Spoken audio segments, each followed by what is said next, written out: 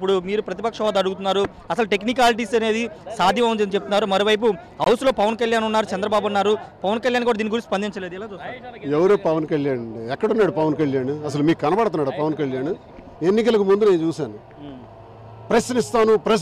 ప్రశ్నిస్తానని పెడబొబ్బలు అరిచాడు.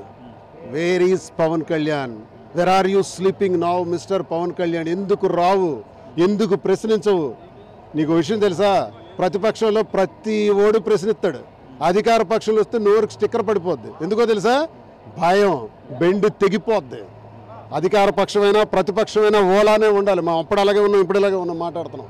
నీకు దమ్ముంటే నువ్వు అన్నావు 31,000 మంది మహిళలు మిస్ అయిపోయినారు, అదృశ్యం అయిపోయారు. దీనికి కారణం వాలంటీర్లు అన్నావు. ఏది?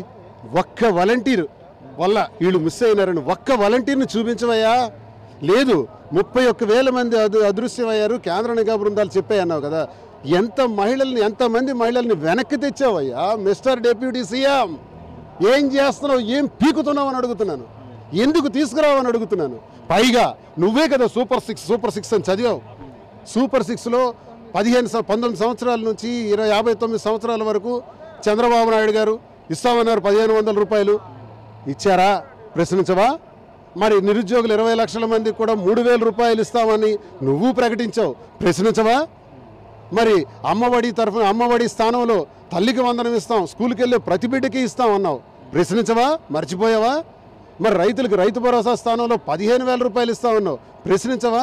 మిర్చి రైతులకు గిట్టుబాటు ధర లేవు, విత్తనాలు లేవు, ఎరువులు లేవు, పురుగు మందులు లేవు, ఆఖరికి ధాన్యం పండించిన పంటకి ప్రొక్యూర్మెంట్ కూడా లేదు. ప్రశ్నించవా? 3 సిలిండర్లు అన్నారు. ప్రశ్నించవా? సీజ్ ద షిప్ అంటావు, అది ప్రశ్నిస్తావు. నువ్వెవడవయ్యా సీజ్ ద షిప్ అంటానికి? You are a minister. Deputy CM అన్నది హోదా కాదు, కల్పించుకున్నది. ఒక మినిస్టర్ హోదాలో సీజ్ ది షిప్ అంటావు. సీజ్ ది షిప్ అంటావు. అక్కడ ఏదో బియ్యం పీడిఎస్ రైస్ ఏమో షిప్లో ఉన్నాయంటావు. పీడిఎస్ రైస్ సీజ్ చేసింది ఎవరు? నీ మంత్రి నీ పక్కనే ఉన్నాడు. మంత్రిని ప్రశ్నించవు. అక్కడ ఉండే అమాయక ఎమ్మెల్యేని మాత్రం ప్రశ్నిస్తావు. హోమ్ మినిస్టర్ని మాత్రం నీకు చేత కాకపోతే నేను వస్తానంటావు. ఎందుకంటే ఒక ఎస్సీ మహిళ కాబట్టి హీనక్రియగా చూస్తావు, తక్కువగా చూస్తావు. ఈ ప్రభుత్వాన్ని మాత్రం ప్రశ్నించే దమ్ములు అసలు నువ్వు ఎక్కడున్నావయ్యా? నేను అడుగుతున్నాను, ఎక్కడున్నాడు పవన్ కళ్యాణ్? నేను హౌస్లో చూశాను, ఇలా తలకి ఇలా కప్పుకున్నాడు, కూర్చుని ఉన్నాడు. సైడ్కి కప్పుకుంటే కూర్చుని ఉన్నాడు. ఏం భయం? ఏం ప్రశ్నించావు? నెలకు 50 కోట్లు తీసుకుంటున్నాడు నేను విన్నాను కొన్ని వర్గాల ద్వారా నాకు వచ్చిన సమావేశం. నీకు 50 కోట్లు తీసుకున్నారనేది పెద్ద ఎలిగేషన్. గట్టిగా నేను చెప్తున్నా కదా, నేను ఒక ఎమ్మెల్సీగా చెప్తున్నాను. 50 కోట్ల రూపాయలు నువ్వు ప్రశ్నించుకో అని చెప్పినారంట. మరి ప్రశ్నించడంట, నోరు మోగబోయింది. ప్రశ్నించే నోరు గొంతు మోగబోయింది. ప్రశ్నిస్తామన్న మాకు అవకాశం ఇవ్వరు.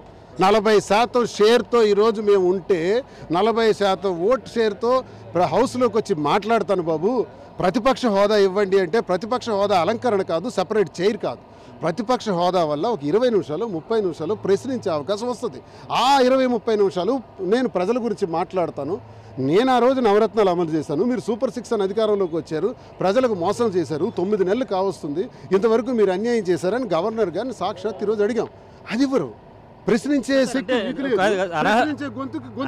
అనర్హత వేటు పడింది. 6 నెలల సమయం దాటి అనర్హత వేటు పడుతుందనే భయంతో పులివెందులకి మళ్ళీ బై ఎలక్షన్ వస్తుందని భయంతోనే జగన్ ఈ రోజు వచ్చారు. ఒక 2 నిమిషాలు కూర్చొని వెళ్ళిపోయారు అనేది. వీళ్ళు ఎవరండి? తొక్కలో వీళ్ళేమో అనర్హత వేట్లు వేస్తారు. ప్రజల నుంచి వచ్చినటువంటి మహా ఉద్యమ శక్తి అది జగన్మోహన్ రెడ్డి. 40% ఓట్ షేర్తో ముగ్గురు కలిస్తే మీ శాతం ఎంత? ఒక్కడొస్తే శాతం ఎంత? 40%తో ఈరోజు ప్రజల పక్షాన ఉన్నటువంటి జగన్మోహన్ రెడ్డి గారికి మీరెవరయ్యా? అనర్హత వేటు, తొక్కలో వేటు. మేము వచ్చింది ప్రశ్నించడానికి. దీనికి ముందు సమాధానం చెప్పండి. సమాధానం చెప్తే రావాలా, ఎలా రావాలి, ఏం ప్రశ్నించాలో మేము చేసుకుంటాం. అనర్హత వేట్లకి ఇట్లా కేర్ చేయాల్సిన పని లేదు మాకు. మరిన్ని వీడియోస్ కోసం ఛానల్